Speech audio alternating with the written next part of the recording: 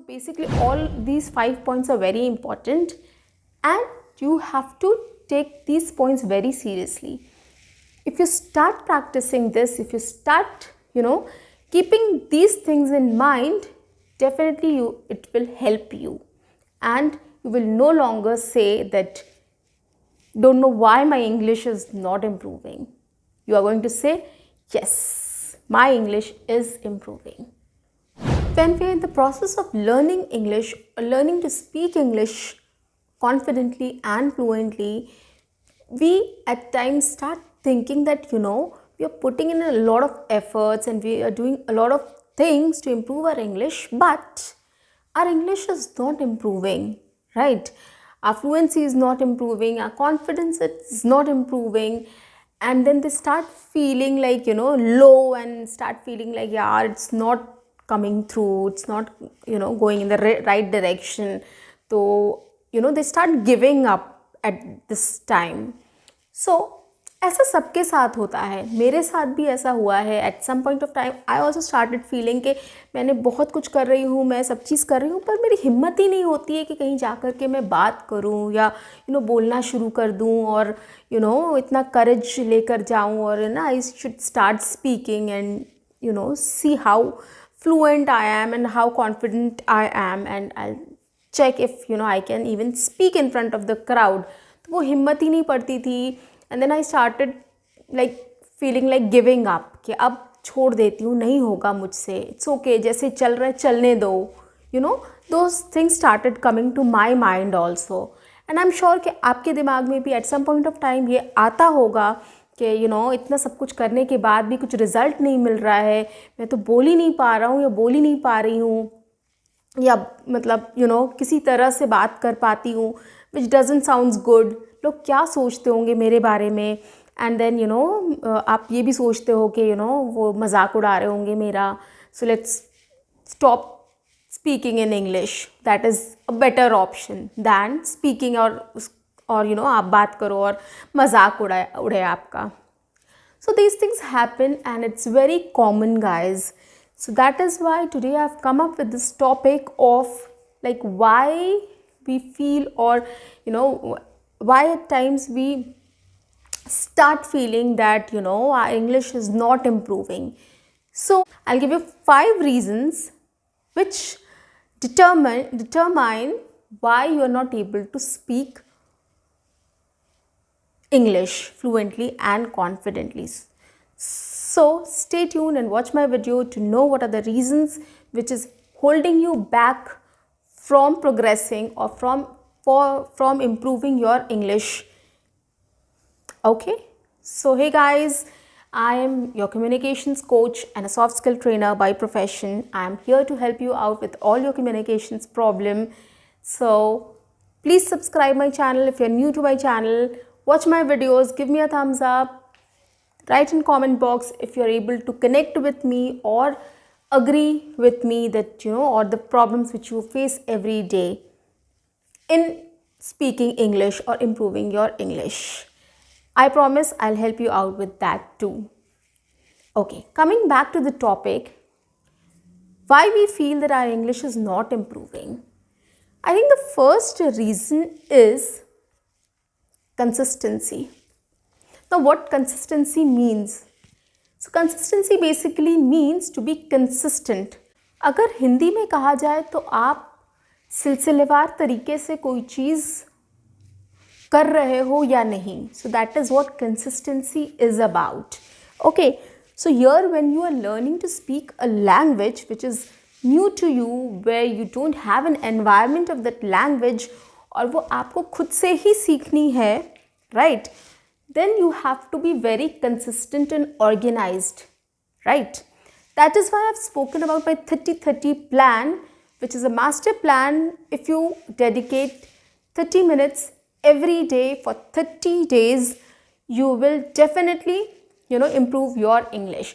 So that is how consistency matters, right? कि एक चीज़ को आप रोज़ रोज़ कर रहे हो, ऑर्गेनाइज्ड वे में, सिलसिलेवार आप कर रहे हो कुछ टाइम तक के लिए, कुछ टाइम पीरियड के लिए, तब आप उसको मास्टर कर सकते हो, तब आप उसमें आगे बढ़ सकते हो towards improving that thing.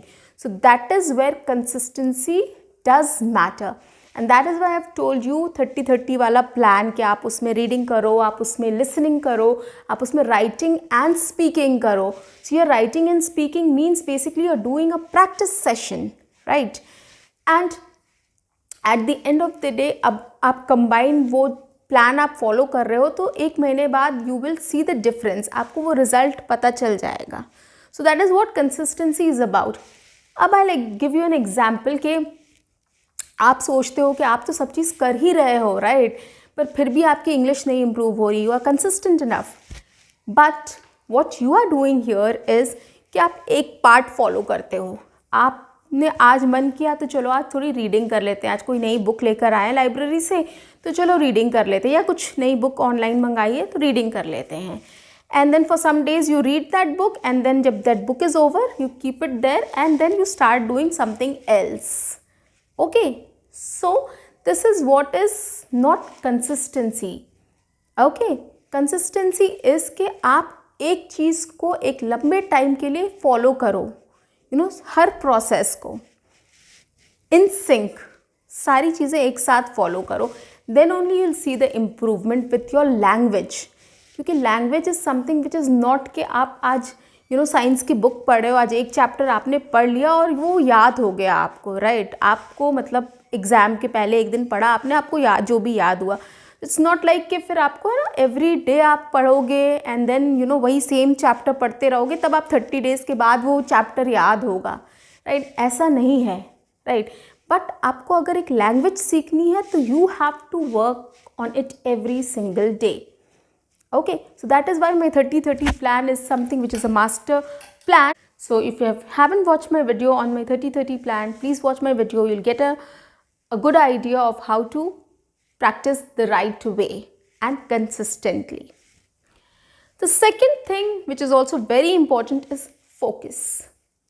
Guys, research says, not me, research says that we human beings tend to lose our focus very easily, right. कोई भी चीज़ होती है, फॉर एग्ज़ाम्पल एक कॉमन एग्ज़ाम्पल ले लेते हैं. हम रूम में बैठ के बातें कर रहे हैं, राइट. किसी दूसरे रूम से कोई आवाज़ आती है, आप कुछ कर रहे हो, अच्छा अपना काम कर रहे हो, राइट, अपना पढ़ाई कर रहे हो, आपको दूसरे रूम से कोई आवाज़ आती है, आप इमिजिएटली आपका फोकस उधर जाता है और आप निकल के आते हो, देखो क्या हो रहा है वहाँ, राइट. You do it. तो ये एक बहुत छोटा सा एग्जाम्पल है. So that is what research says कि we tend to lose our focus very easily. हमें बहाने चाहिए बस focus lose करने के. Okay. So and learning a language is something which is not very easy. Okay. The practice sessions are of course very easy and interesting, which I've already spoken about. But learning a language is a package. आपको सब चीज़ एक साथ करनी होगी. Then only you will improve on it. Okay, so उसमें तो बहुत आसान है आपका फोकस लूज़ करना. आपको लगे यार ये बहुत बोर हो रहा हूँ मैं, या बहुत बोर हो रही हूँ मैं, मेरा मन नहीं हो रहा, ये अब नहीं होगा मुझसे, या कुछ दिन तक आपको अच्छा लगेगा. एंड देन मे बी किसी और रीज़न से आपको कभी कुछ ऐसा लग गया कि कुछ इम्प्रूवमेंट तो नहीं दिख रहा है, ये लोग हंस रहे हैं मेरे ऊपर, मैं ऐसे बातें करता हूँ या करती हूँ, and then you start giving up. So that is why focus is very important. Give up कभी नहीं करना. You have to stay focused. आपको करना है मतलब करना है. Unless you succeed in that. आप पढ़ाई करते हो, आपको 10th करना है, 12th करना है, ग्रेजुएशन करना है, पोस्ट ग्रेजुएशन करना है, आपका मन नहीं लगता पढ़ाई में, आप कभी फेल हो जाते हो, कुछ मार्क्स अच्छे नहीं आते, you don't give up, right. You know कि आपको पास करना ही करना है, आपको वो करना ही है. जो भी आपके पेरेंट्स का प्रेशर है, आपके सराउंडिंग्स का प्रेशर है, या वो फॉर्मेट ही है हमारे लाइफ का कि वी हैव टू, बच्चा बॉर्न होता है 3 साल का होता है, the person has to go to the school, right. तो वो एक फॉर्मेट है. The same thing applies here. You have to think के यार इसके अलावा कुछ है ही नहीं option. We have to focus. ये करना ही है हमें. And then you will achieve that. Okay. Now coming to the third one is pressure. Now what does pressure means? I mean pressure in the sense performance pressure or peer pressure. I'll elaborate on that. So when you have started learning to speak English, okay तो पहले तो आप अपने से खुद से ही कोशिश करते हो कि चलो इमिटेशन प्रैक्टिस कर ले, शैडोइंग प्रैक्टिस कर लें, या कुछ जैम सेशंस कर लेते हैं, या फिर कुछ मिरर के सामने प्रैक्टिस कर लेते हैं, या घर पे ही कुछ कुकिंग कर रहे हैं, कुछ एक्टिविटी कर रहे हैं, उसी को डिस्क्राइब करते हैं, या फिर उससे ज़्यादा हुआ तो आप रेस्टोरेंट में जा कर के ऑर्डर करते हैं अपना खाना, डॉक्टर के पास अपने अपॉइंटमेंट लेते हैं, उनसे बात करते हैं, छोटी छोटी चीज़ें यू स्टार्टेड डूइंग. ओके अब क्या होता है कि आपके पास प्रेशर रहता है कि आप और भी लोगों से बात करो. You start going ahead and talking to people and start building your confidence and start performing basically. So वो एक प्रेशर होता है. फिर आप वो प्रेशर लेने लगते हो कि यार अगर मैं उस बंदे के सामने गया, वो मेरा फ्रेंड है या मेरा नेबर है, उसके सामने गया और मैं बात नहीं कर पाया तो क्या वो हंसने लगेंगे, वो क्या सोचेंगे मेरे बारे में. So you start taking that pressure and you start thinking in that way. Okay, आप इतनी बातें कर रहे हो सबसे, आप खुद से बात कर पा रहे हो, आप जा कर के ऑर्डर कर रहे हो खाना, आप रेस्टोरेंट में बात कर रहे हो, आप होटल डॉक्टर के पास जाके बात कर, टिकट खरीद रहे हो और आप कपड़े मॉल में जाकर आप अंग्रेज़ी में बात कर रहे हो. बट देन किसी जाने पहचाने इंसान से बात करने में आपको थोड़ी सी हिचक लगती है. You feel shy about it, right. So वो परफॉर्मेंस प्रेशर होता है. वो आप सोचते हो कि यार ये ऐसा तो नहीं सोचेगा यार इसको तो इंग्लिश आती ही नहीं है. Okay so that is one pressure, performance pressure. That other one is the pure pressure. आपके घर वाले भी आपके पीछे पड़ जाते हैं. ओके कि यार बात करो, जाओ बात करो, अंग्रेज़ी में बात करो. कोई मेहमान आता है, जैसे हमारे साइड में तो ऐसा ही होता है, कोई मेहमान आता है, कोई बाहर से आता है, कोई या फिर कोई हमारे भैया दीदी भाभी, कोई तो भी एमएनसी में या कोई बड़े कंपनी में काम कर रहे होते हैं. जब हम बचपन छोटे थे तो कोई आता है तो हमारे मम्मी पापा या कोई भी बड़े एल्डर अपने घर के बोलने लगते हैं कि हाँ इससे भी बात करो इंग्लिश में, ये भी सीख रही है या वो भी सीख रहा है, राइट. सो वो एक पीयर प्रेशर भी होता है कि हाँ हम सीख रहे हैं तो हमें बात करनी है. वो पुश करते रहते हैं कि यार बात करो बात करो बात करो. So that is another pressure. So that is what I mean by pressure. तो परफॉर्मेंस प्रेशर रहता है, पीयर प्रेशर रहता है. But we have to overcome that pressure because ultimately we have to speak. हम प्रैक्टिस नहीं करेंगे, हम बात नहीं करेंगे किसी दूसरे से तो हम सीख नहीं पाएंगे, राइट.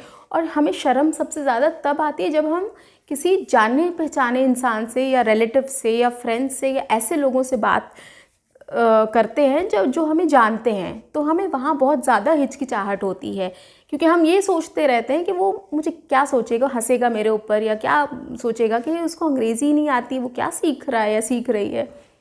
सो गाइस आपको बस यही सोचना है कि ये जो आप जिस स्टेज पे हो वो भी कल उसी स्टेज पे रहे होंगे. Okay and you don't have to worry on that. आप एक बार कोशिश करोगे, आप अच्छा ही बोलोगे. Okay so you have to take that strength. वो आपको स्ट्रेंथ लानी पड़ेगी अपने अंदर so that you can speak in front of people whom you know. Okay unknown लोगों के साथ तो आप बात कर रहे हो, right. So it's just that you have to take that next step and start speaking up. That's it. एक दो बार ठीक है, बुरा होगा, इट्स ओके, दैट्स फाइन. उन्होंने भी कभी उस लेवल से स्टार्ट करा होगा या वो भी कभी उस लेवल पे होंगे. Just think in that way. Okay so don't take pressure at any point of time. The fourth point is lack of confidence. इस स्टेज पे हमारे पास कॉन्फिडेंस बहुत कम होता है, राइट. हम अपने में जो करना होता है वो हम तो कर लेते हैं, पर बाहर जा कर के इंटरैक्ट करना थोड़ा बहुत हम उसको सर पे ले लेते हैं या बहुत दिल पे ले लेते हैं कि यार कैसे होगा, कैसे करेंगे. ओके तो वो चीज़ें होती हैं. तो वो कॉन्फिडेंस हमें अपने आप को बिल्डअप करना है कि नहीं हम कर सकते हैं, we can do it and you have to try. वो इसलिए मैं कहती हूँ कि पहले अननोन लोगों से जा कर के बात करो. ओके पहले आप रेस्टोरेंट्स में बात करो, आप डॉक्टर्स की क्लिनिक में बात करो, आप किसी हॉस्पिटल में बात करो, आप मॉल में बात करो, आप कहीं शॉपिंग करने जाते हो वहाँ बात कर लो, बुक स्टोर में जाते हो वहाँ बात कर लो. आई मीन कोई भी ऐसी जगह जहाँ पर you can go and speak to the person, the other person in English, right. तो उससे होगा क्या कि एक तो आप झिझकोगे नहीं, क्योंकि आपके दिमाग में ये है कि यार मैं तो आज आया हूँ, कल तो नहीं आऊँगा मैं, तो जो भी होगा देखा जाएगा, राइट। तो आपको वो थोड़ा सा एक ना कॉन्फिडेंस रहता है वहाँ पे, इसलिए आप कोशिश करते हो एटलीस्ट वहाँ बोलने की। तो वही चीज़ को कोशिश करो कि और अच्छे से बात करें वहाँ पर, सो दैट कल को वो इंसान दूसरे से किसी और से रिप्लेस हो जाएगा तो भी आपको फ़र्क नहीं पड़ेगा। You will be as normal as the person whom you don't know, right. तो वो चीज़ें आपको डिफरेंस वहाँ नहीं पता चलेंगी। So that is why just to improve your confidence you have to start speaking up, okay। आपको जहाँ मौका मिले वहाँ जा कर के आप बात करो लोगों से, अननोन लोगों से। कोई मूवी देख के निकल रहा है, अरे यार स्टार्ट आस्किंग कि क्या रिव्यू है, how was the movie, how was the person acting और एक्ट्रेस का एक्टिंग, वट जो भी आपके मुंह में आए, बस कोशिश करो किसी से पूछने की। मूवी रिव्यू तो सभी दे देते हैं एंड एवरीबडी आस्क्स, ऐसा नहीं है, राइट। सो ऐसे छोटी छोटी मौके निकालो, ढूंढो एंड बात करने की कोशिश करो। Trust me guys, really going to help you. और उसके बाद आप definitely your confidence will improve or increase. Now coming to the last point, which is lack of initiative. So the pressure and the lack of confidence, lack of initiative, all these are interconnected basically. Lack of initiative वही चीज़ है। So basically हमें अपनी opportunity खुद create करनी है। We have to create our own opportunity. Now see, the only mantra of speaking English fluently and confidently is practice. And practice what? Speaking practice. जब तक आप 2 लोगों से, 4 लोगों से, 10 लोगों से, 50 लोगों से, 100 लोगों से बात नहीं करोगे तो आप कैसे फ्लुएंट होगे और कैसे कॉन्फिडेंस आएगा? That is what is the idea. Okay, so you have to take that initiative कि 2 लोगों से बात करें, हम कल कोशिश करें कि 3 लोगों के ग्रुप में थोड़ा बात करें, हम 4 लोगों से इंटरैक्ट करें, हम एक क्राउड को से इंटरैक्ट कर लें थोड़ा सा, कोई छोटी छोटी अपॉर्चुनिटी मिलती है, कुछ भी है, वहाँ जा कर के हम कुछ बोल लें, कुछ बात कर लें किसी से, सो दैट हमारा कॉन्फिडेंस, हमारी फ्लुएंसी थोड़ी और बढ़ जाए, हमारे हमारे भी स्पीकिंग में वेरिएशन आए थोड़ा सा, कि हर टॉपिक पे हम बात कर सकते हैं। ओके, तो you start developing your or looking out for opportunities and start practicing or start speaking, okay, with those opportunities. So you have to take initiative and you have to start working on it. So, and then you will see the difference.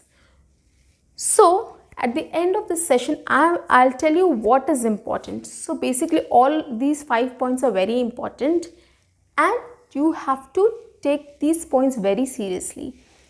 If you start practicing this, if you start, keeping these things in mind, definitely it will help you and you will no longer say that, don't know why my English is not improving.